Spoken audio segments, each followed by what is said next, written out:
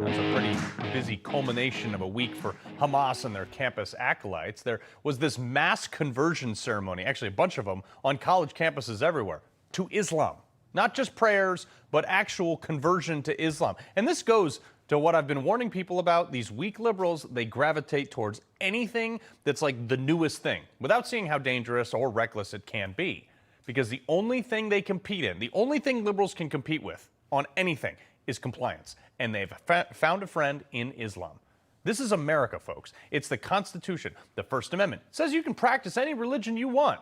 But let's look at everywhere where Islam is the religion of the land before we rush to mass convert here in America. Go to Iran, go to Syria, Yemen, Pakistan, Iraq, whatever. Go to any of those countries, and you wear a T-shirt criticizing the Prophet Muhammad. Well, you'll probably face death, like these people did. Under Sharia law, it's absolutely punishable by death if you denounce their prophet in any way.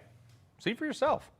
I mean, death is mandatory in cases of blasphemy. It says it. Now, if those same people who want to put you to death for criticizing their prophet, when they come to here in America, they're free to criticize Jesus or even burn the flag under our First Amendment, not so much as even a ticket. But those same people are claiming that they are oppressed here in America. What they mean is, and by oppression, is anyone who doesn't want to do things their way. Don't be fooled by this, folks. Oppression in their eyes is anyone who stands in the way of their rule and their laws and their way of life. For them, it's Islamic law or bust. Do you feel more comfortable living under American law, or do you feel more comfortable living under Sharia law? Sharia law. I'm a Muslim. I prefer Sharia law. Sharia law, yes. You prefer Sharia law over American law? Of course, yeah. Of course, yeah. And do you find most of your friends feel the same way? Yeah, of course. If you're Muslim, yeah. That's in America, in Minneapolis, actually Ilham Omar's district, which FBI statistics do say that is the top terror recruiting capital in America. Weird, I know. And it's not just privileged people that have immigrated here to America, many times at taxpayer expense. It's nearly everywhere Islam is imposed.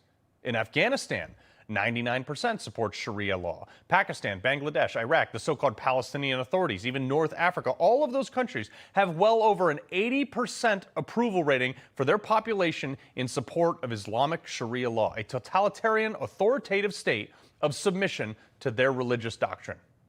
Everywhere Islam is not the majority, these people claim oppression and minority rights. But everywhere there is Islamic law, there are no minority rights. But white liberals are so afraid of being accused of oppression and Islamophobia or whatever that they're willing to cede their rights and even their principles to make somebody feel better that actually wants them living under oppression. I'm going to prove it to you right now. Watch. We are obliged as Muslims to take the authority away from the people who have it and implement the Sharia. Now, I hope that can come in a very peaceful way. I hope that we can do that in a way, where there's no bloodshed. What do you think the timetable is for implementing Sharia in Great Britain? Do you feel like you're getting close? I would point towards, Tunisia and Egypt and these countries to show you how quickly things can change.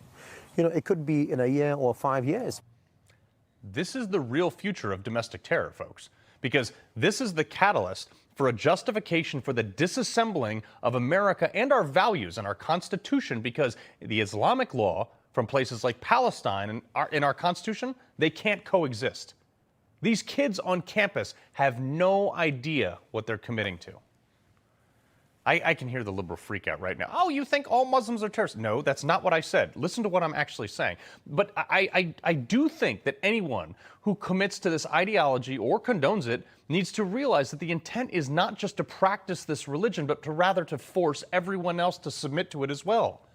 That is what these protests are actually seeking to achieve here on college campuses. Palestine is just the banner that they're being flown under and trafficked under the guise of oppression this time. Again, you're free to practice whatever religion you want, but you're not free to force me to, not here in America. They're using our democracy as a means to end our democracy. And if you still don't believe me, think about it. There are people that are elected representatives in Congress, U.S. Congress now, Ilhan Omar, Rashida Tlaib, do they reflect your values? There's a ton more that support them. And when they say stuff, listen to them. Folks, I have seen the imposition of Islam on a countrywide levels, on a policy level. I have been to those countries. So white liberals in America don't get to shout me down on this. You can write all the articles you want about it. I don't hate someone for practicing a religion, certainly not for practicing whatever they want. But in fact, my interpreter from Iraq, who is a Muslim, is a dear friend of mine, and I consider him family. But you know what he doesn't do?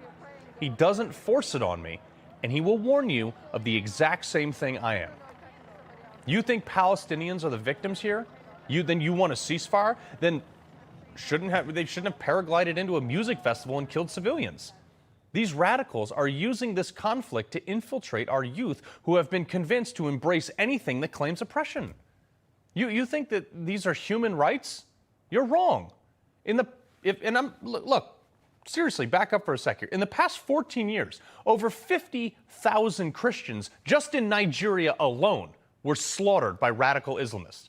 Not to mention what the Taliban is doing in its own country, with its own people, in the name of religion, in Afghanistan, that we fought against for 20 years. We just handed right back over. Thanks, Joe Biden.